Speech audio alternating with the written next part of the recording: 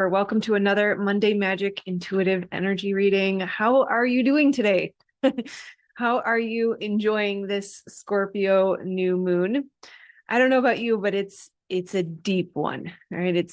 I won't say intense or difficult, but there's just a lot of depth, which of course is very typical of Scorpio in general, right?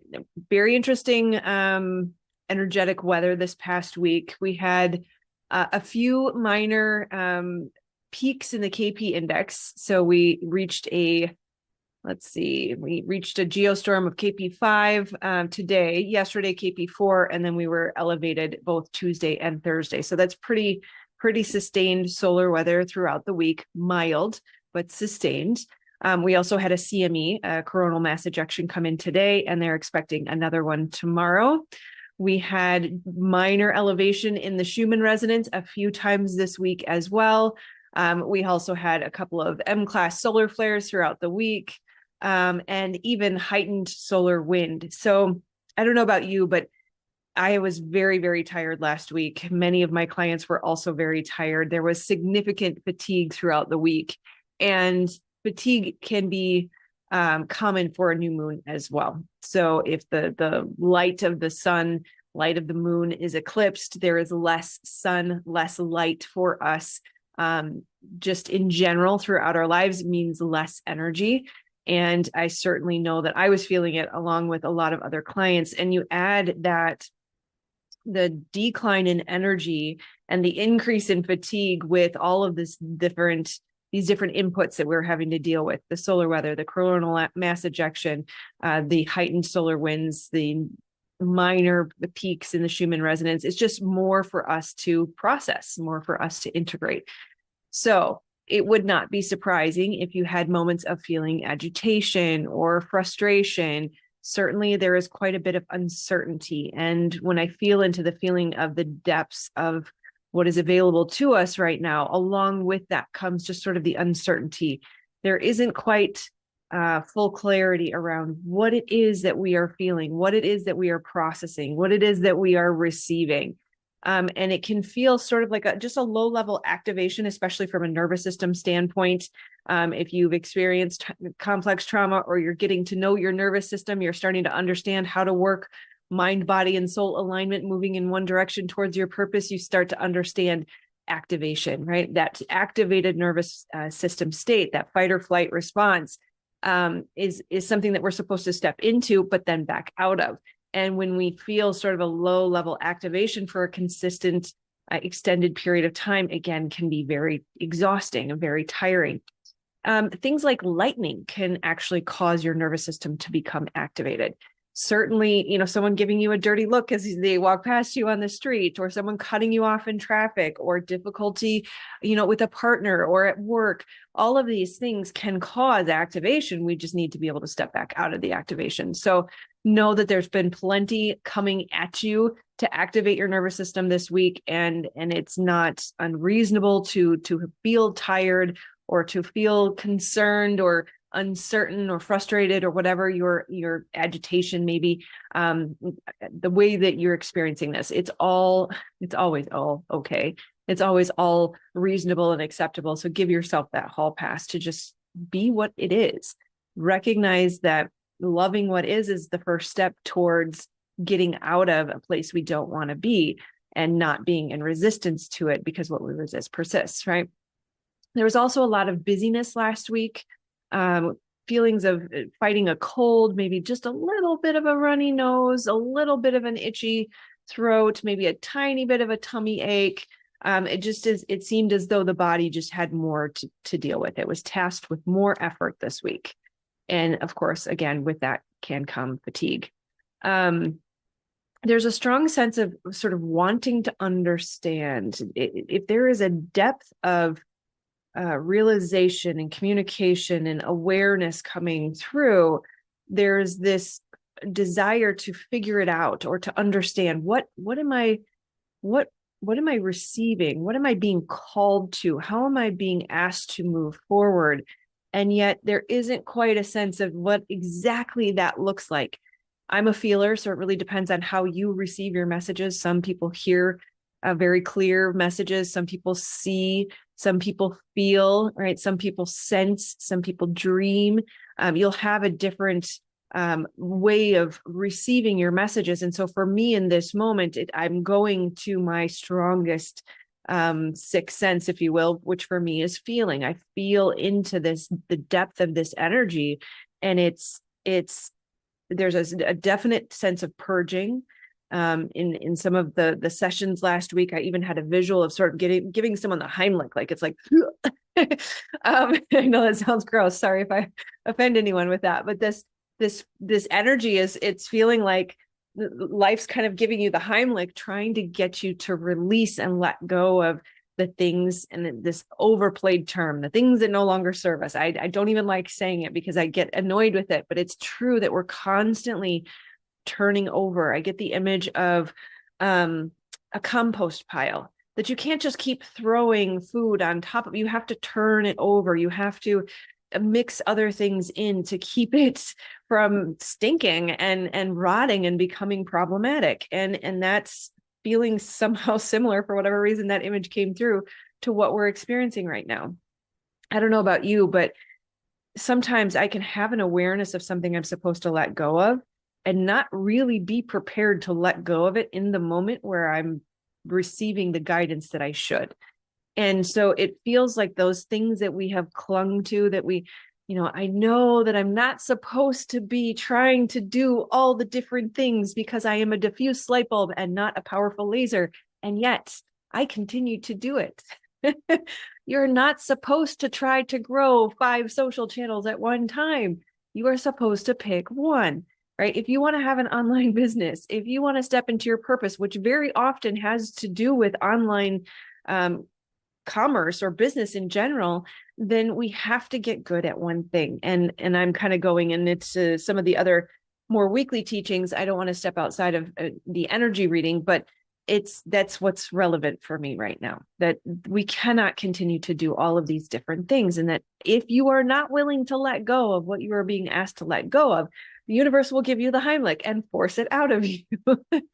And so with this moon being conjunct, square, opposite, one of those two, aspecting Uranus. I am not an astrologer. I just bring those aspects in. So don't go too hard on me for not having the right terms, but Uranus is in hard aspect, and that can bring this feeling of sudden shifts and changes. And if we were being called to focus a year ago and we didn't do it, now things are going to start to fall away and say, oh, well, you thought that you needed to hang on to that Facebook strategy. You thought that you needed to hang on to that community. You thought that you needed to, right?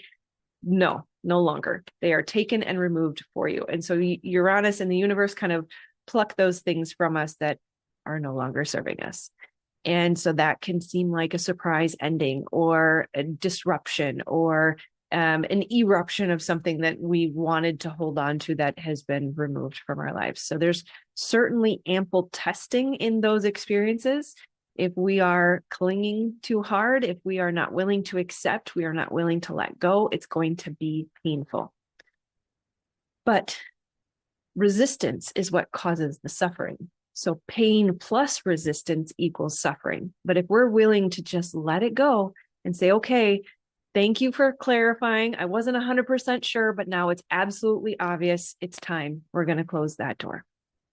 Right. And then we can finally move into, there's a grieving process, especially in this Scorpio dark, deep energy. I don't want to say dark in a bad way, but the depths can be dark sometimes. Lack of clarity, lack of light, lack of understanding. Allow yourself in this moment, while we're still in the dark of the new moon, one, go ahead and set those new intentions if you have clarity on how you want to set that intention. Feel free to wait 24 hours. It's not pressing. It doesn't have to be done today. Usually you want to set it within the following 48 hours after a new moon. But give yourself some time, this 24, 48-hour period, to grieve, to feel nostalgia for what was once was, what was once what. Feel nostalgia for what once was, and allow yourself to grieve what is leaving.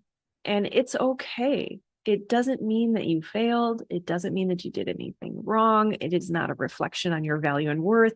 It is not a reflection on your intelligence. It is not a reflection on your capability to build a business. It only means it's not for you. And that's okay, because what is for you is going to be even better. And when we set those new intentions, we say this or something better. I love the book that my kids have. It's all about having big emotions and multiple emotions at one time. They use the term SMAD or LAVAPI, right? I can be sad and mad at the same time. I can feel love and happiness at the same time. In this moment, it would be very reasonable to have mixed emotions. We can feel sad for what is leaving. We can feel nervous for what we don't know is coming. We can feel excitement for the promise that it is going to be so amazing and so beautiful that you absolutely will look back on this moment and be glad that those other things didn't get in the way. So allow yourself to grieve, allow yourself to have that process, and know that, yeah, it's still a little foggy, but the clarity will come. And allow the universe to clarify your direction. Allow Uranus to take these things from you. And just in a little bit of a way, it's not comfortable. I wish it didn't have to happen this way, but I can also say thank you, because I was having a hard time letting that go. And now it's pretty obvious. It's time. Right? So if we're in resistance, we might feel a little bit of restlessness. It's normal. When it's dark, we're in the dark of the new moon. We're only supposed to be still and rest and allow, receive. And if you have the clarity, if you have the insight and the guidance, go ahead and plant those seeds. But know that we're still in the dark. And don't let that restlessness cause you to make meaning out of things that aren't serving you, that aren't resourceful thoughts or beliefs. No need to overthink things. Just surrender to the flow of what's happening right now.